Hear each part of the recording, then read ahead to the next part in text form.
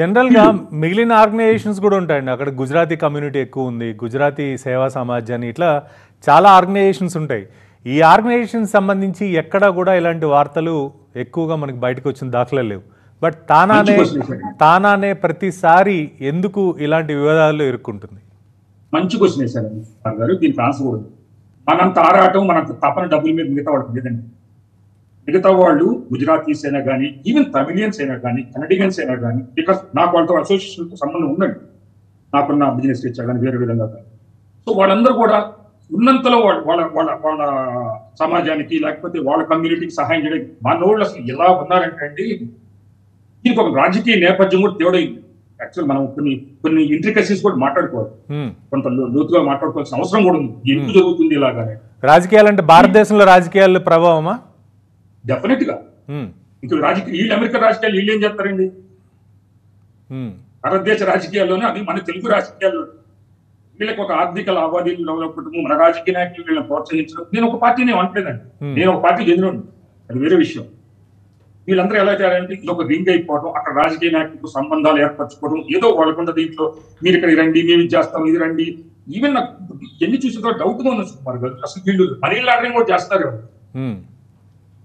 ఇదంతా కూడా ఇది సీరియస్ అలిగేషన్ అండి. మనీ లాండరింగ్ అనేది చాలా పెద్ద అలిగేషన్. యాక్చువల్ గా ఒక సేవా సంస్థ నుండి ఎవరు ఎక్స్పెక్ట్ చేయని అలిగేషన్ ఇది. తెలియాలంటే కూలంకుషంగా దీన్ని అంతా ఇన్వెస్టిగేషన్ చేయాలంటారు. అది ఎవరు చేశారని నేను ఎవరు నాకు తెలియదు, నాకు తెలియనప్పుడు నేను ఎవరిని ఆరోపణ చేయలేను. బట్ వస్తుందన్న మాట వస్తుందన్నమాట. ఎందుకంటే ఇంత బాహాటంగా ఈ విధంగా ఇంతమంది మెంబర్స్ పెట్టుకున్నారు, ఇన్ని రకాల డివిజన్స్ చేశారు, ఫౌండేషన్ అంటారు, బోర్డ్ ఆఫ్ డైరెక్టర్స్ అంటారు, ఇంకో అంటే ఒక ఇన్ని సంస్థలు చేసి దానికి సార్ మీకు ఇంకోటి చెప్పాలండి, 2 బ్యాంక్ అకౌంట్లు ఉన్నాయండి, నాకు పంపిస్తున్నారు అందరూ. పిఎన్సి బ్యాంక్ అని.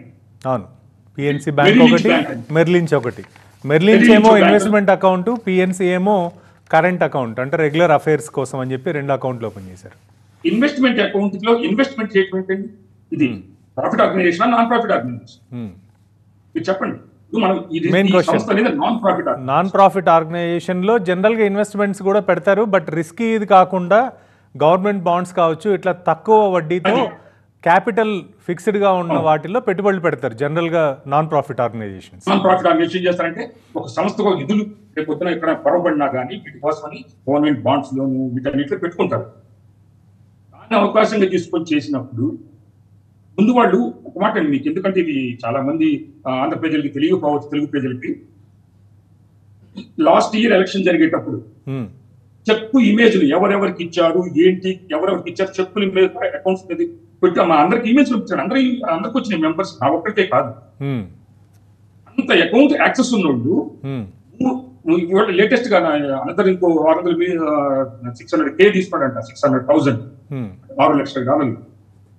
ఇవన్నీ కూడా ఎవరు చూడకుండా ఇది ఒక్కడికే ఇచ్చారంటండి యాక్సెస్.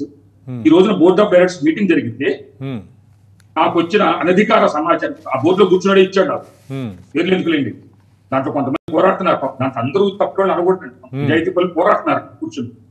వాళ్ళకి వాయిస్ లేకుండా మొత్తం వీళ్ళే ఒక నెంబర్ గేమ్ కదండి న్యాచురల్ గా తెలిసి అందరికీ తెలిసిందే నెంబర్ గేమ్. 7 ఓటేస్తే 2 ఓటైపోయినా వాళ్ళు మాట్లాడిన ఒకటే ఉంది. సో ఇవాళ ఇచ్చిన బోర్డ్ ఆఫ్ డైరెక్టర్స్ మీటింగ్ లో ఏమి ఇచ్చారంటే FBI కేసు ఇద్దామన్నారు. FBIకి ఏం పనే లేదండి, ఈ కేసులు తీసుకుని FBI ఇప్పుడు చేయాలని వీళ్ళు అసలు